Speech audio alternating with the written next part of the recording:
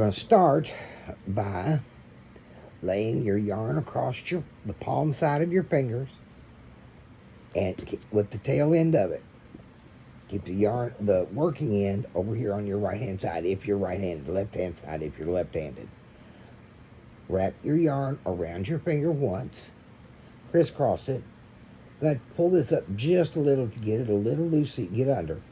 Take your hook and get under that loop, that first loop, over the second one and draw it through the loop.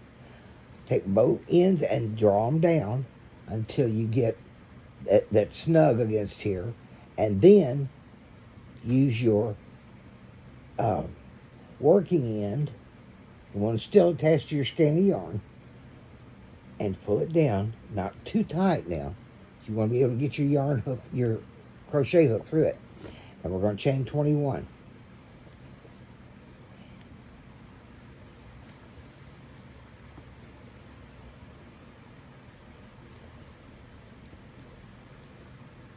That's 7, 21. Now, I'm going to put down my 5.5 millimeter hook and pick up my 5 to make it easier to get into these stitches. This is the first loop on your hook. This is the second. We're going to go to the second loop from your hook. Okay? Going to yarn over, pull up a loop, pull through your work, yarn over, pull through both loops on the hook. That's your first single crochet. Insert, yarn over, pull up a loop, yarn over, pull through both loops on the hook. Insert, yarn over, pull up a loop, yarn over, pull through 2. Insert, yarn over, pull up, yarn over, pull through. You're starting a nice little row of single crochet here.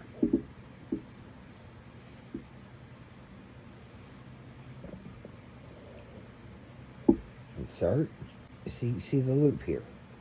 Insert, yarn over, pull up a loop through that loop, yarn over, pull through 2. Chain up 1 to go to the next level. And you're going to do the same thing. You're going to find only on this side, because you're working on the back side, you're going to find the little dimples. Do you see the dimples? You're going to go into this first one right here. Go in, slightly downward angle. And I'll explain that in a second. Yarn on the hook. Now, this slightly downward angle I'm talking about is because you have to get, unless your pattern tells you otherwise, you have to get both loops on your hook. And you're looking at your work from the front side where you just finished that row. You can see all the loops, the stitches, the V stitches on top. See the V's?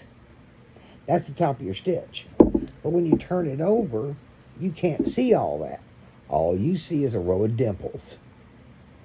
Well, it's the dimples that you want, but in order to get under both those loops, you probably need to go, at least initially, till you get used to this, go on a slightly downward angle to make sure you get under both those loops. So slightly downward, got 2 loops on your hook, yarn over, pull through both those loops to give you 1 more, and then you got 2 loops on the hook.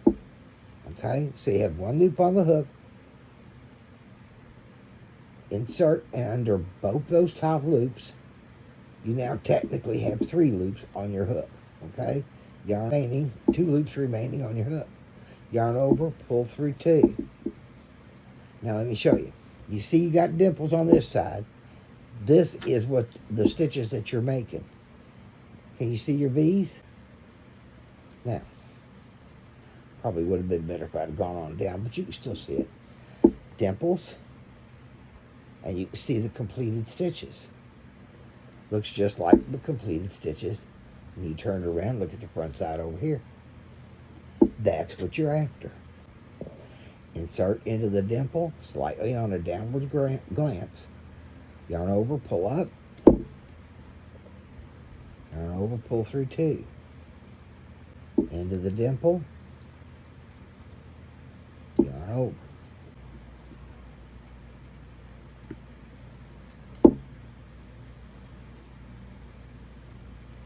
Okay, now I'll show you something here. And how straight this edge is. Very pretty.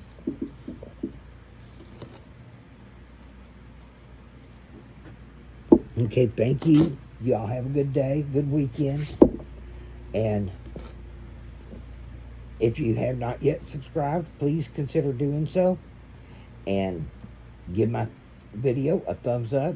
YouTube uses that in their algorithm to decide how much viewing they're going to throw my way.